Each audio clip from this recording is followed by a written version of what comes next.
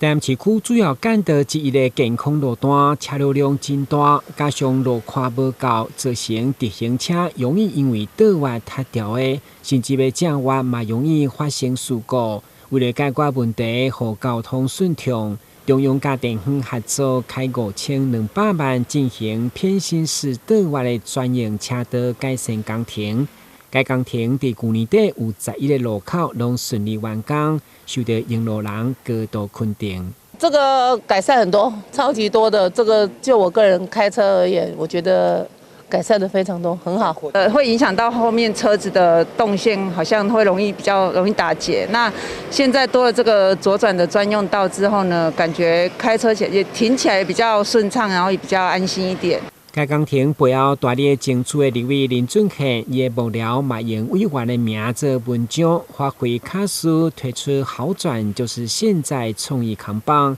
一方面宣传交通工程小小改革都大大效益，嘛希望引起市民关心甲共识。做了11个路口做示范，健康路，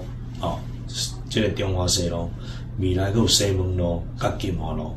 那这种偏心式左转车道做了后呢，我接到很多民众非常正面的反应，就是讲车辆行驶可以做顺畅，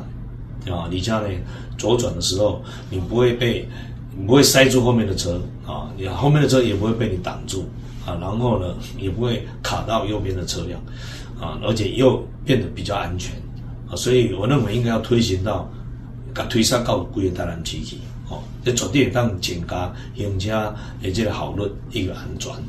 健康路示范计划成果，市府嘛将作为其他路段改造的参考，伫新的年度进一步扩大适应。台南新闻郭文吉采访报道。